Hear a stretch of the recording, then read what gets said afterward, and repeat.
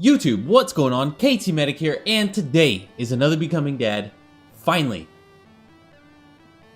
I'm not gonna lie, I basically just sat at home and napped and watched TV for 3 weeks and took care of Cameron and made sure my wife was doing good and healing good and everything like that. So it has been kind of crazy.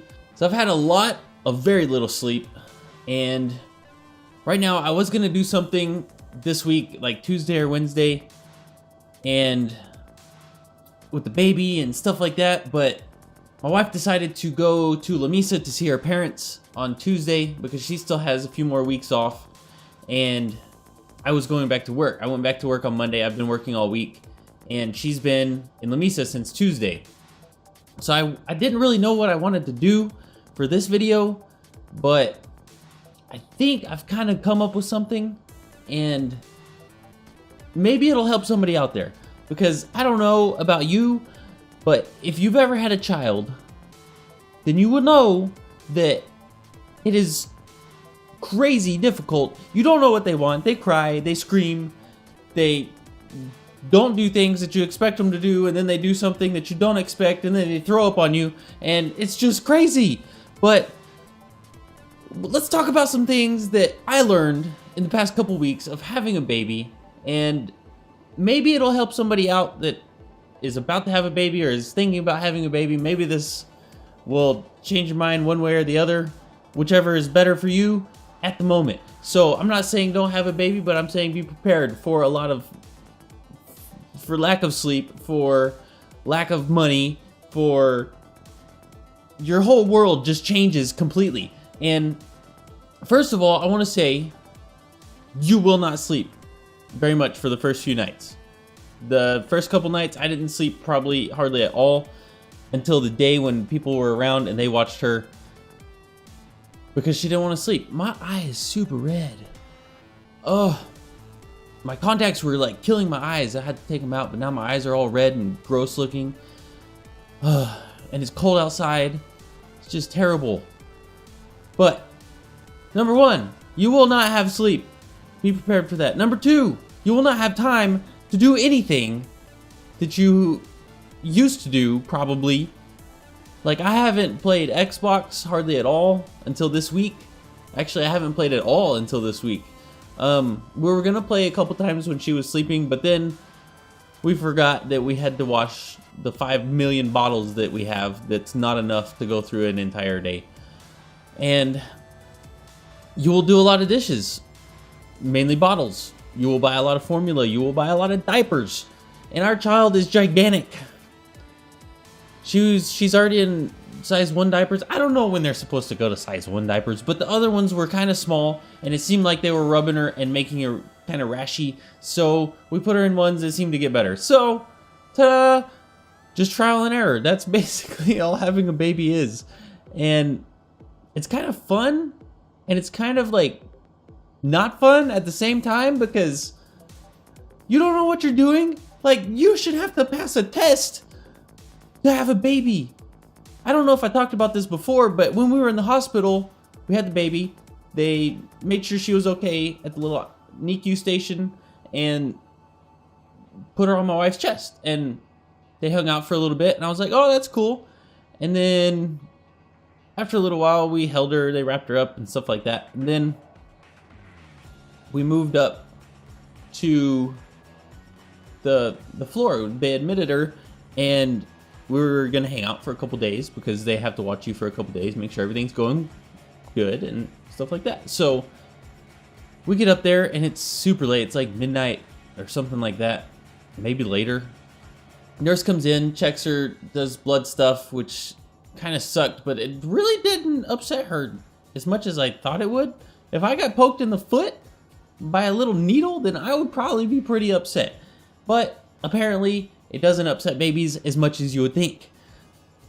So we go up there, the nurse does that. They give us formula, diapers, wipes, everything like that. Tell us don't lay with the baby in bed. If we need anything, call them. Basically, that was it.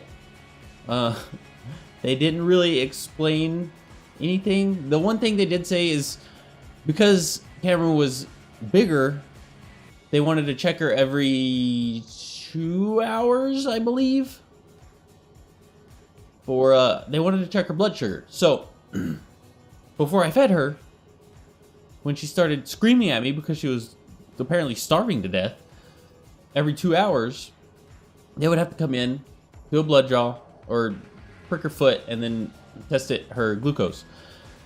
Which was not horrible, but it was kind of a pain. But we had to do that for 24 hours, I think. Everything ended up okay, but it was an extra step that was not helpful in the stressful situation that having a child is the very first night. Nobody really explains to you what to do. Like, if they cry, do you feed them? Do you hold them?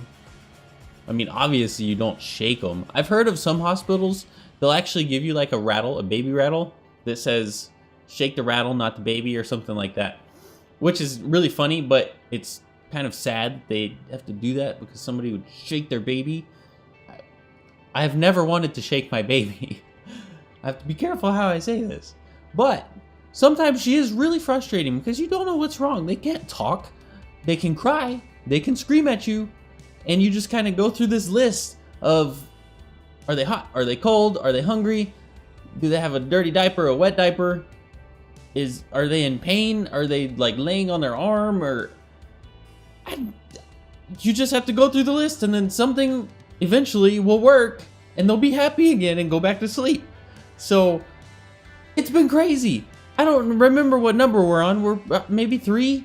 So number 3, we'll just stick with 3. Keep bottles washed. Because having to wash, I don't know how many bottles we have. 6, 7, 8, 9, 10, 10-ish. I don't remember. 10 to 12-ish. And we even bought 3 more from what we had to start with because we were just washing bottles constantly because she was eating like every 2 or 3 hours, and it was just insane. And then the formula we had first that we got in the hospital was, I think it was Similac Pro Advanced, which is like the most common formula from Similac that everybody uses apparently. But that's what the hospital had, that's what they gave us, that's what we bought. We went through one of them, one of the big tubs of the powder stuff, and it seemed like she was just like in pain every time we fed her, and we couldn't deal with it anymore. So I did a lot of reading on the internet, the interweb, and found out that Similac Sensitive is really helpful at kind of helping with gas and stuff like that, because generally gas is because stuff doesn't get broken down completely and stuff like that.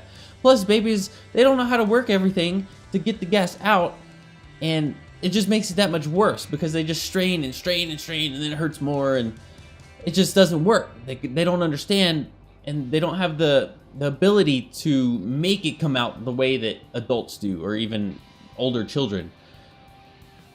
So we switched to Similac Sensitive, and that seemed to help the first night. Like the first time we tried it, I started it like one night. We had a little trial can.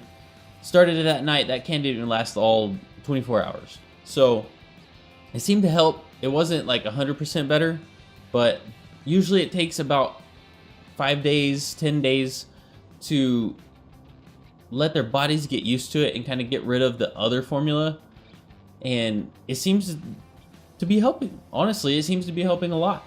And now we have almost 2 of those little tubs of the Similac Pro Advanced. If they don't like the formula, if it makes them gassy, or let me rephrase that, because a gassy baby, as long as it's getting out of their body, is more than likely not a big deal unless it's causing them issues.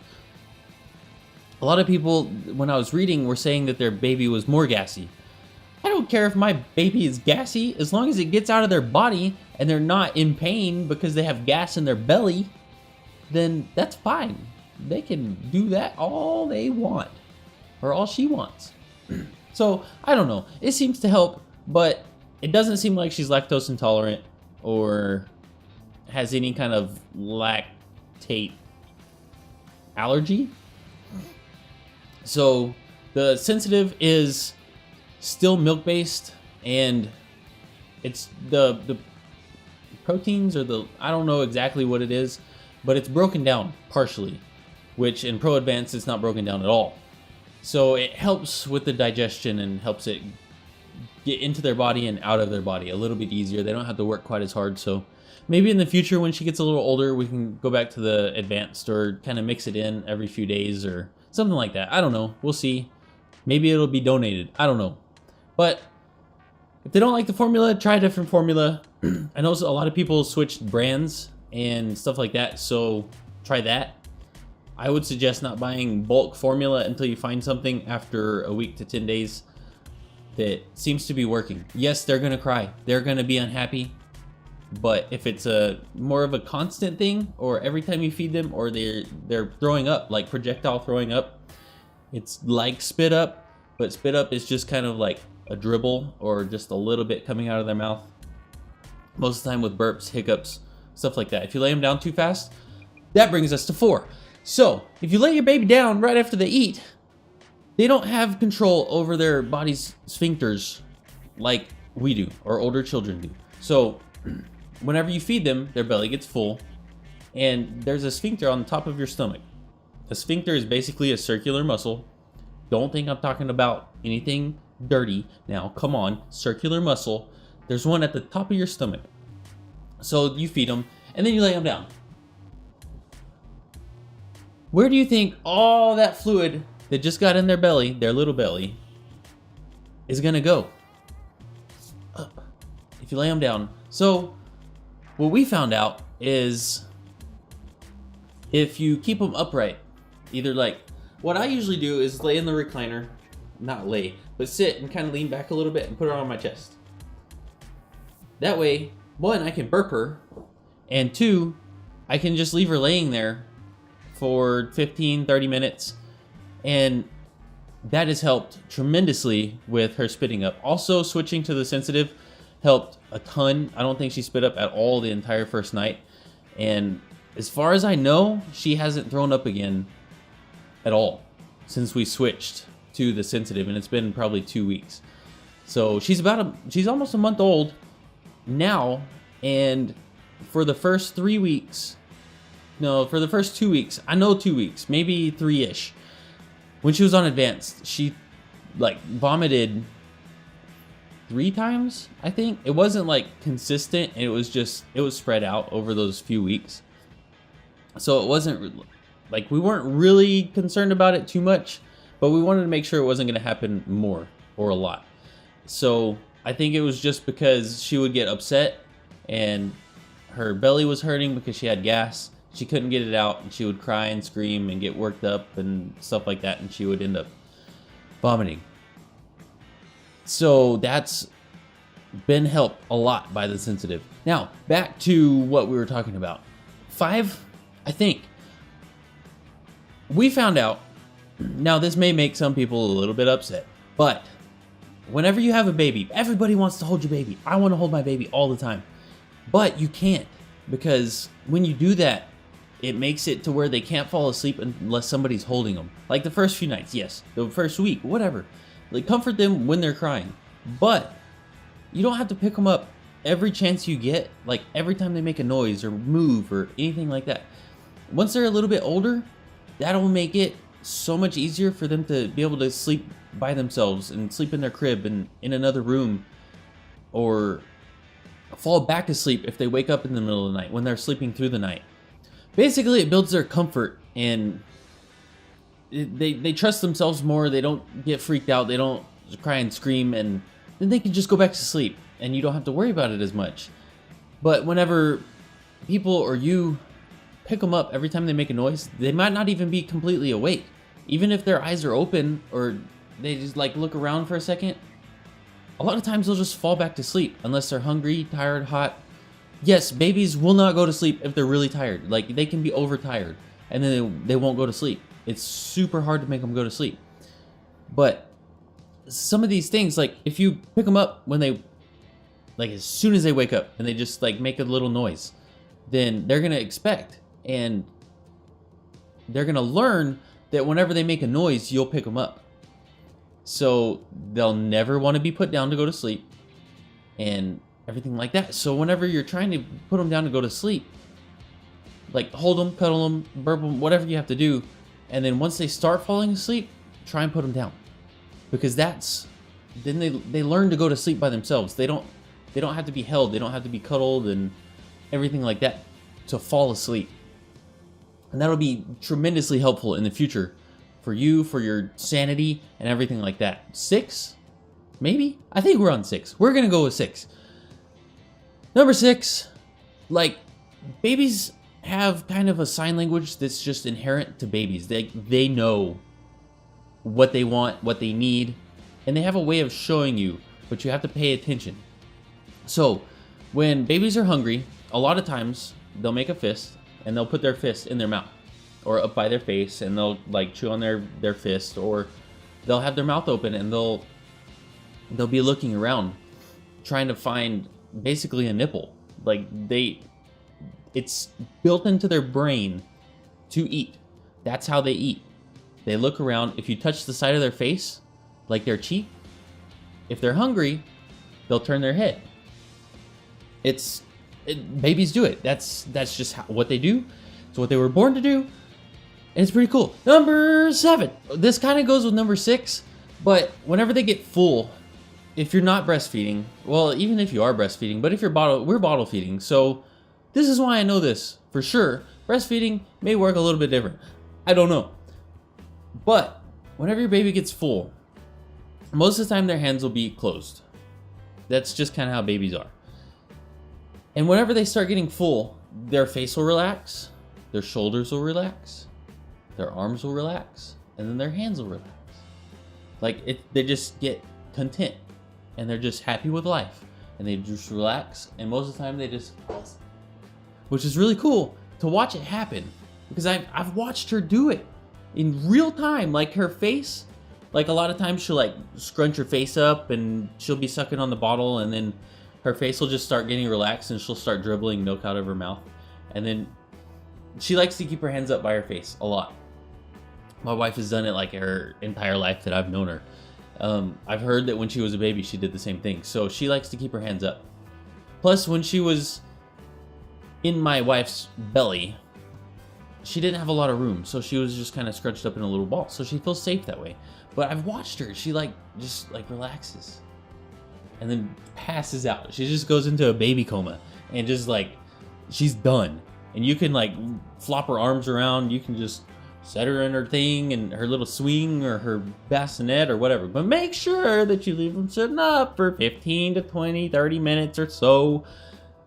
Or some of that milk and stuff will come up, and most of the time it's just spit up. But it gets their clothes dirty, it gets their blankets and everything like that, and you have to do more laundry. So just a helpful little hint, tip, whatever you want to call it. Number 7, 7. When they're sleepy, they'll yawn like normal people. They do yawn. And sometimes, not all babies do this. Cameron doesn't really do it a whole lot, but they'll rub their eyes. And it's super, super adorable when babies rub their eyes. I don't know why. I don't know if most people think that, but I think it's freaking adorable. But when they're tired, there's this little window that you have to get them to sleep. And if not, they get too tired, and then they fight sleep. They don't want to go to sleep, and then it's super hard to get them to go to sleep. So watch for that. Watch for the yawn, for the relaxation, for the hands up by the face and by the eyes, stuff like that. Their eyes will start getting heavy, but they'll fight it. Babies fight it, and I don't know why. Cameron does it all the time, but it's okay. We usually end up getting her to sleep within an hour, and it's usually not a big deal. Sometimes it's completely way worse than that, but most of the time it's not too horrible. 8. This will be the last thing. You will do more laundry than you could possibly ever imagine doing when you have a baby. They spit up on their clothes. Sometimes their diapers, they have dirty diapers, they put their foot in it and then they touch their clothes. Or babies are messy, and they can't even move by themselves. They can wiggle, but that's it. And they're super messy. I don't know how, but they spit up on everything. they get blankets dirty, they get everything dirty. So you will do a ton of laundry. And I don't really have a tip for that, but you will do laundry. If you follow some of these other tips, you won't have as many clothes and blankets and stuff with spit up on them, maybe. Hopefully. Babies are like a guessing game. You never really know what you're doing until they're grown up and out of the house, because then you can do whatever you want. So that's about it. That's my tips and tricks for having a baby that I've learned over the past few weeks actually being a dad. And it has been one of the most incredible few weeks of my life, and I'm super, super happy that I had some vacation left over that I can't roll over to next year, because I get to spend next week, the entire week, off of work and with wife and baby. So super excited about that. We'll get some more videos out to you shortly, and I hope you enjoyed the video. If you did, make sure you leave a like, comment, and subscribe if you haven't already. As always, I'm KT Medic, and I'm out.